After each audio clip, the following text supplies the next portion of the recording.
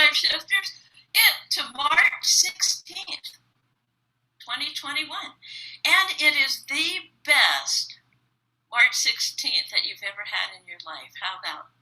Do I hear an amen, Tara? Amen. What if that was true? What if you made a decision today, right now, that this is the rest of your life? Well, I just want to welcome everybody. Once again, Paradigm Shifter. We are dedicated globally, 26 countries now. Isn't that cool? And 835 as of this morning members who are deciding to join us as we shift and uplift each other. Yeah, baby. Oh, I'm so excited. I'm so excited because our guest speaker today is a friend of mine. I would say an old friend, but you are a lot younger than me.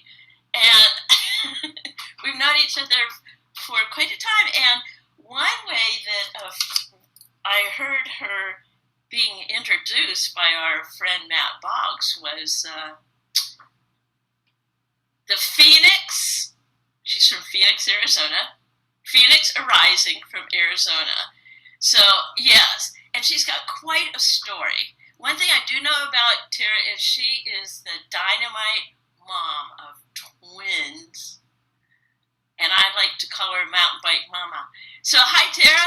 Come on in. Hi, Judy. I'm fantastic. I love Mountain Bike Momma. I think that might have to become my handle. Mountain Bike Momma. I love how you're like this, like we got it, or I've got it, right?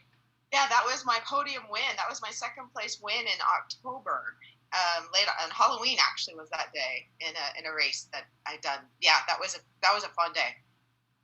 Well, tell us a little bit about just anything at all about yourself and how you got to be where you are. I'm so curious too about this. I'll ask you a little bit about your biking and an accident that you had. So yes, I had a couple accidents, and we'll get to that. Yeah. I am like the most unlikely mountain bike racer, one pretty much that you'd meet. In my 20s, I had Epstein-Barr virus. I couldn't exercise for more than a half an hour before I had to sleep for 2 hours. I mean, it was in my late 20s. I was absolutely at exhaustion. I mean, I had that whole chronic fatigue cycle. So it never looked like that was going to be happening. And by my mid-30s, I'd weigh over 220 pounds and had to do an entire lifestyle change to release that weight, which I did. I released 60 pounds of that and kept it off until, of course, as you mentioned, I'm a twins mommy, and I got pregnant with twins, which was a blessing. And this all leads into mountain biking. And you have to gain 50 to 60 pounds for a healthy twin pregnancy. So having just like 2 years before done all the work to release that, I had to work on my mental state to gain it back, and did my job, gained it, had two very healthy girls, and then pretty much couldn't exercise. I had done a half marathon in my when 34 and got injured and couldn't run for years. I mean, I got to chiropractors, I got to physical therapists, my hip would hurt, I'd run a little bit, I tried. After the pregnancy, I tried running again. I'd first done a little bit of mountain biking in my late 20s, early 30s, and it was like 12-year-old kid fun. It was like play, but it also scared me. But my then husband would say, well, go, you should like riding, you should go ride. But I never wanted to go by myself. So I just didn't do it for decades at all. And what would happen would be I'd get divorced, I'd rebuild my life, and that's another journey. But my girls had turned 11, and I wanted to start exercising. And they said, okay, Mommy, you could go and run. So I would get up and I'd run before they got up out of bed. That running, going from barely being able to run a mile, led to running a Ragnar Trail race, which is 15.4-mile relay race, which led me to a triathlon. And it was that triathlon, believe it or not, that kicked off mountain biking. So this woman who had been way overweight and who never imagined that she could ever ride or race or anything and had Epstein-Barr, all of a sudden does this trail race. I did this triathlon, and it's very interesting. Right after Christmas, I got injured again, a different hip, but similar injury. And for 6 weeks, or 3 months before the race, and for 6 weeks, I couldn't run. And I had to buy a bike and trying to get ready for this triathlon. I went to chiropractors, I went to energy workers, I went to healers, I had massage work, I had myofascial release work, I had everything I could to finally, it took 6 weeks to loosen this hip up. And I could run a little bit, and I did a little bit of biking and a teensy bit of swimming, and I got ready for this triathlon. And I'm like, I'm just going to try to finish. Like it was a short sprint distance triathlon, 800-meter swim, a 12-mile bike ride, and a 5K run. And I thought, I'm just going to try to finish this thing.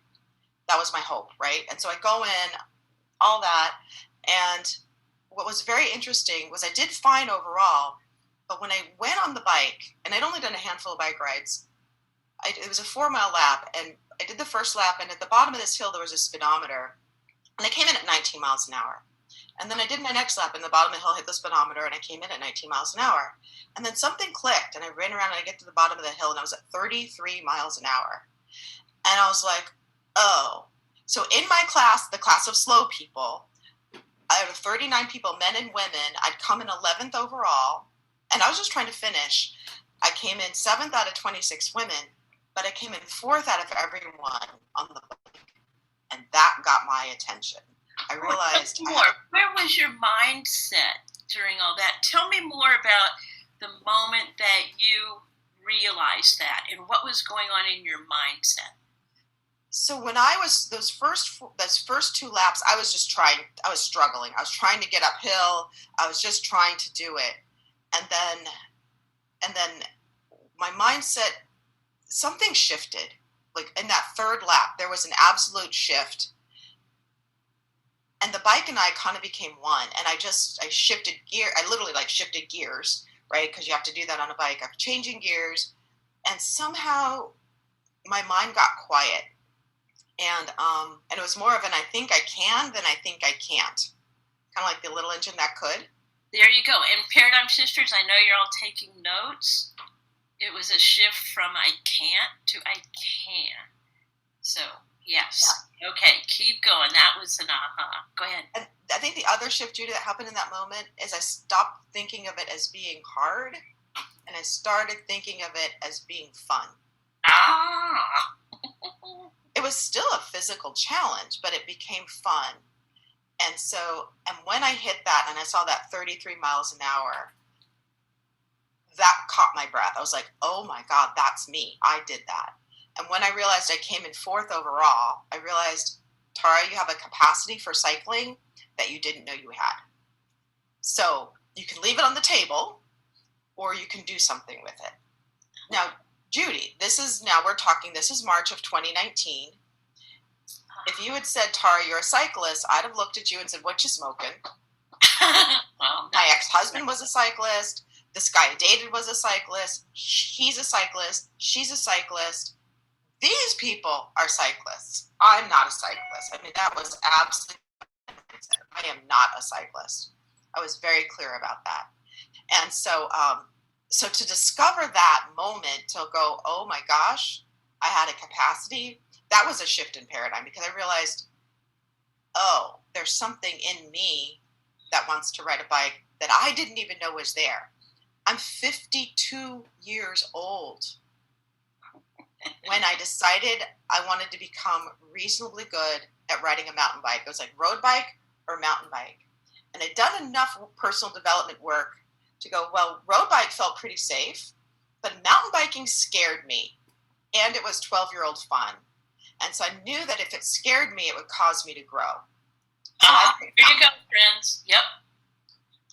I picked it because of the fear, not to avoid the fear. Because of the fear, but not to avoid the fear. Yeah. Love it. Keep going. And so the way I tell this story to most people, but I'll let you guys in on a little secret. The way I tell the story to most people when they ask me is I said, well, a really good friend of mine said, fine, Tara, if you want to get reasonably good at mountain biking, enter a race. Well, Judy, the secret is that the really good friend was me. I told myself, knowing myself, that I was very deadline oriented, that if you actually want to do this, you need to enter a race. So I tell the rest of the world, so this is totally secret, keep it to yourself. I tell the rest of the world that I was a really good girlfriend. It's just that I was being that really good girlfriend to myself. And so I said, if I was going to enter a race, because mountain biking is really hard, it demands this very high level of fitness. what would I do if I knew I was entering a race? And so I thought, well, if I knew I was entering a race, I'd hire a trainer because I'd need to get fit, and I'd take skills classes because I really need to learn how to ride a mountain bike. And so I found a trainer and I took skills classes. And the first skills class, I said I wanted to do a race. Now, Judy, I'm a beginner. I'm on a not sophisticated bike. I'm still overweight by cyclist standards. And I don't look the picture at all. And that guy looked at me and he said, Tara, this race in December, it's called Dawn to Dusk. He said, that race is a friendly race. So that's the one that went on the books, December 2019. It's a 12-hour race. Every lap is 16 and a half miles. And I knew I needed a team and do it as a relay. So I asked one friend, and then I met another friend. And before I knew it, I had 4 guys that were riding with me regularly. And these guys became my riding brothers. And we had a target for this race in December. Yep. You know what? I want to fast forward this to this whole incident, because I'm thinking like, most of the Paradigm Sisters are not mountain bikers. So where is it in there? I know you had an injury and you healed yourself quickly. I would love to have you take us into that moment in time and tell us what was going on and what was your comeback from that. So getting ready for this race, I had just, by meeting these guys, I ended up doing 4 races beforehand, and I had finished a 50-mile road race. I got injured. I got a saddle sore on my sits bone. This is right around Thanksgiving. The race is on December 12th. I would end up with an abscess on my sits bone that would land me in the emergency room 7 days before the race. So I've been training for 6 months, 7 days a week to train for this race. And I'm in the ER at the Mayo Clinic in Phoenix, looking at doctors and nurses, telling them I have a race on Saturday, and they just looked at me pityingly. Because without getting too anatomical, the swelling was where you sit on a bike. So I could not sit. And this is a week out. They had to surgically drain it, and I am now I have an open wound. And as I'm sitting there lying on the bed in the ER, I am telling myself this: what if this is what it looks like while I hit my race time? I am on the bed in the ER, and I had a 12-mile-an-hour race pace time, which was a big stretch, because when I first started with those group of guys, I was riding at 7.8 miles an hour. And to get from there to 12 miles an hour, that's almost 5 miles an hour improvement. That is huge in 6 months. And so I just kept telling myself, they're coming in. There's a little physician, and she looks at me, and I said, I have a race on Saturday. And she looks at me and she goes, I have a friend who's triathlete. I know people like you. And she basically looked at me and she said, he doesn't take my advice either. And I was like, yes. And I asked her, I said, will I injure myself if I do this race? And she said, no, you won't injure yourself. Notice I was making sure I took care of myself, but it will hurt like a deep bruise. That was all the permission I needed. The next day I was at the gym doing the weights I could. My trainer said to me, Tara, I was like, Kevin, I can't sit. He's like, well, can you sit on a recumbent bike? I could sit on a recumbent bike. So I'm doing my intervals on a recumbent bike, and I'm tending to this open wound, and I'm doing the things that are mine to do. I get to that race on Saturday. My guys, my riding brothers, are there with me, and they know that I've just come out of the hospital. Everything looks like I shouldn't be riding. And all week long, I kept telling myself, what if this is what it looks like while I hit my race pace? What if this is what it looks like while I hit my race pace? That was the only thought I allowed in my head. I just knew that every time. I love that. It was the only thought you let in your head. That's called training, isn't it? And there had to be a strong passion and this whole reason why, right? Yeah. Yeah. So why was that important that you kept that in your head? What is it? Well, there are 2 things. It was my goal that I've been working towards for 6 months. And so when I would go when I get up at 4:30 in the morning to go to the gym before work, because I have a full-time job and I'm a single mom, I needed a motivator to get out of bed to go do that. And my motivator was to hit this race pace. It wasn't a podium winning time. That was not in that race. That would become later. But it was to hit that race pace. I didn't want to let my guys down. I was on a team of 4, and I didn't want to let my team down, and that was my goal. I was by far the slowest one, And so I knew that I had to hold on to that. And so that was a really good motivator too, was having other people that I felt accountable to. And I think as a mom, too, there's that something about being a model for your twins, girls, right? Yes, girls. And you told me, and not to take you off at this moment in time, but you told me the other day that I think another one of your goals is to be the best mother that you can be.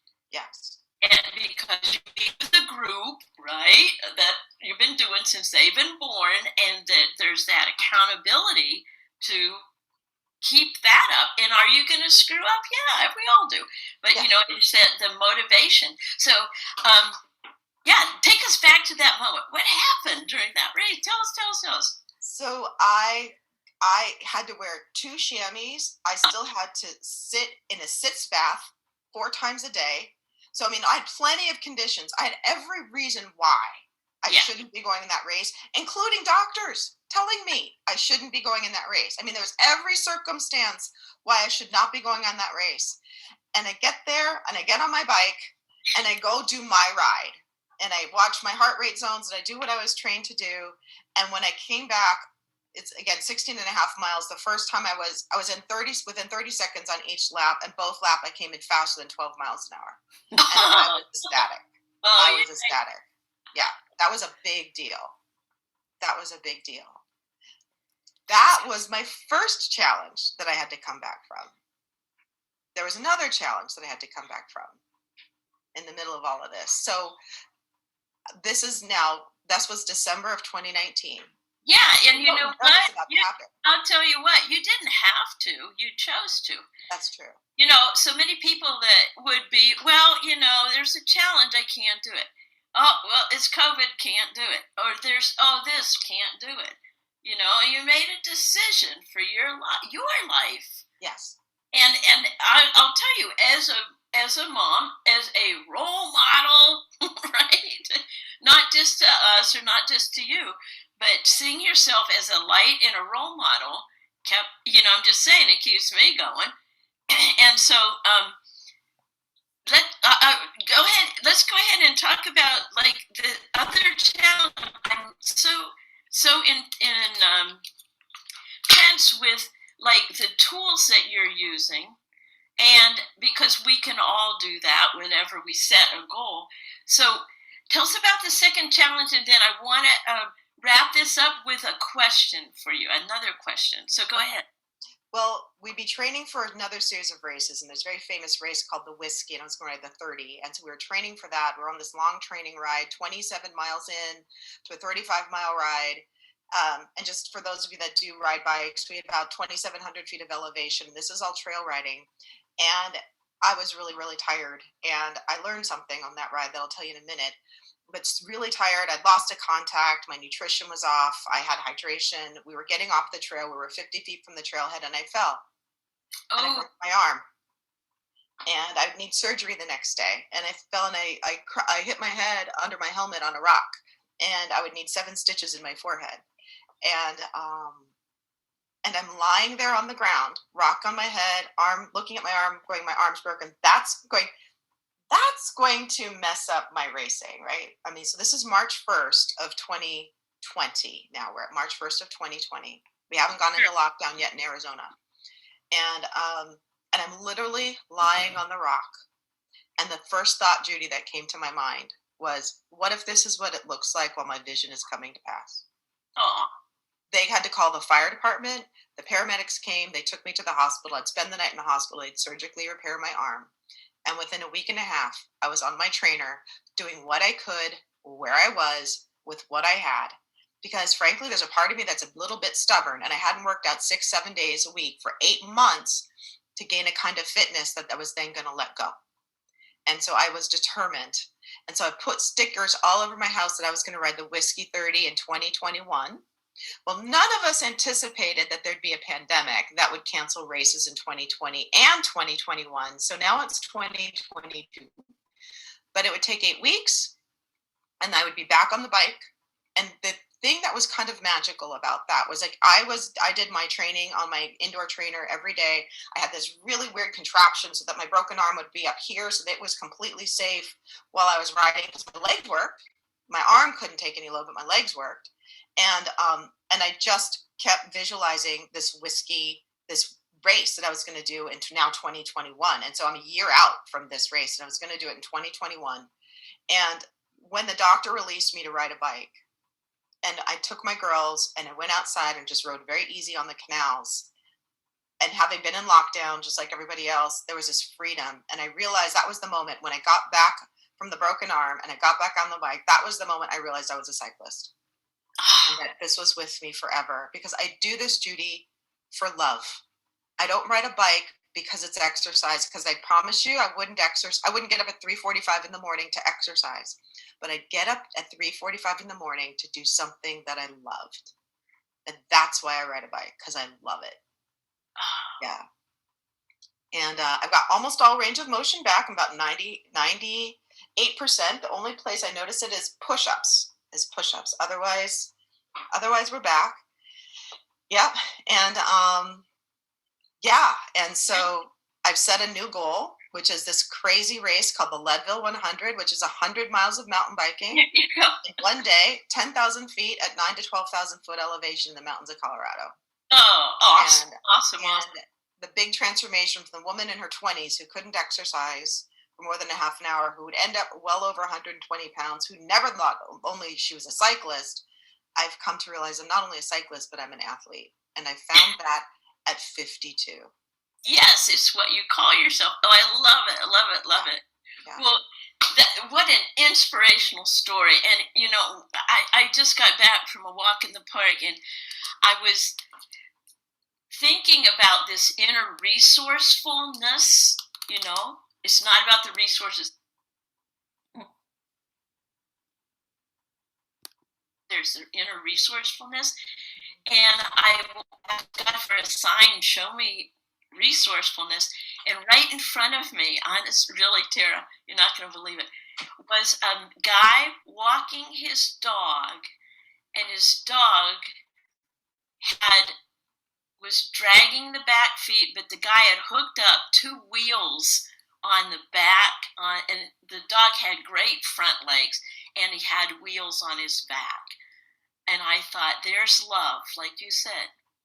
You do it out of love. The dog loves to run still. That the owner loves his dog, and they were both outside, motion, getting into motion. And their motion brought my emotion out that said, keep moving, keep moving. So what a story. So I would like to take us a deep breath on here, everyone who's watching this. Yes, and Tara, I have one more question. Are you ready for the last question? Yes. What would you love to have us hold for you and your family right now? What would you love? Because one thing we do as a community of paradigm shifters, we so appreciate your story. It motivates us. But what would you love to have us hold for you? So my company just decided to close, and they've laid us all off. And so more circumstance. So it looks like I'm starting a couple businesses. I'd love that you hold for me that they're wildly successful. They're not wildly successful. They're calmly and steadily successful. That's what I would love. Oh, and so it is. Okay, guys, here we go. Okay, get ready to receive it all the way in Arizona. Ready? Energy. Did you get it? Yeah. Thank you. All right. Feel it. And feel it. And feel it. Well, thank you so much for boy. And you know what? We're going to put Tara's contact information in the group and all of that other stuff. And just know that I love the fact that you're coming from love and what you love to do and calling yourself an athlete. Yes. Well, thanks so much, Tara, for coming in here. Judy. Aww. What an honor. It's truly a privilege to be here and serve your community. Thank you. I hope if my story inspires one person to go out and find their inner athlete, I'll be so grateful. because she or he is in you. Amen.